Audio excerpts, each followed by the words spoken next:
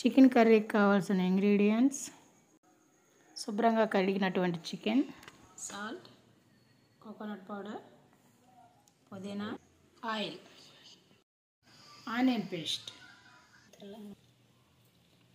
Stove వెలిగించుకొని pan పెట్టుకొని ధనియాలు, చెక్క, లవంగా వేసుకొని ఫ్రై చేసుకోవాలి.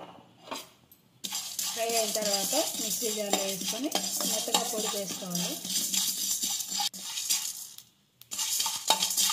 ధనియాలు అంతా బాగా ఫ్రై అయ్యండి.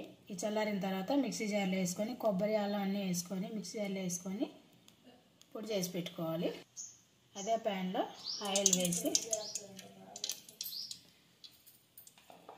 తర్వాత ఆనియన్ పేస్ట్ వేసి బాగా ఫ్రై చేసుకోవాలి.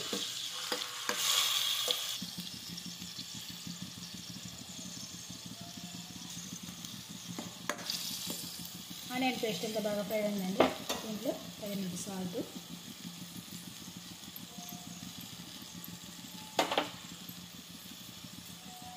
పసుపు వేసుకొని మిక్స్ చేసుకోవాలి.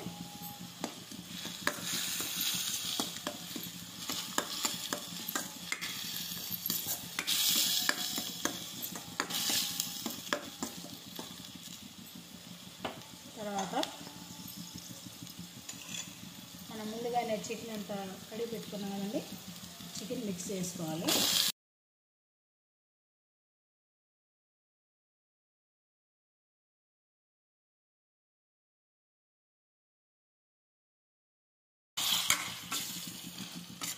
అలా చికెన్ అంతా బాగా మిక్స్ చేసిన తర్వాత మూత పెట్టి మీడియం ఫ్లేమ్ పెట్టుకొని ఒక 5 minutes చికెన్ అంతా కుక్ చేసుకోవాలి.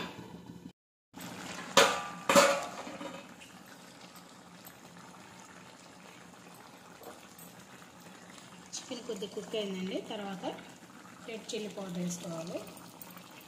స్పైసీ కావాలంటే ఎక్కువ వేసుకోవచ్చండి. వేసుకొని మిక్స్ చేసుకోవాలి. ఎంత బాగా మిక్స్ అయిందండి. కొద్దిగా వాటర్ పోసుకొని 5 minutes బాగా కుక్ చేసుకోవాలి.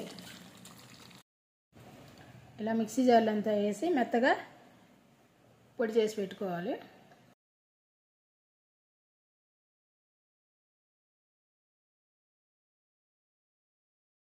చికెన్ అంతా బాగా కుక్ అయిందండి. తర్వాత మనం మిక్సీ జార్లో వేసుకున్నాం కదా ధనియాల పొడి వేసుకోవాలి. రైస్ లేకైతే కర్రీ కొద్దిగా చిక్కగా చేసుకోవాలి. వడలకి అలాగైతే మనం కొద్దిగా పులుసుగా చేసుకోవాలండి. ధనియాల పొడి అంతా వేసుకొని మిక్స్ చేసుకోవాలి. తర్వాత పుదీనా,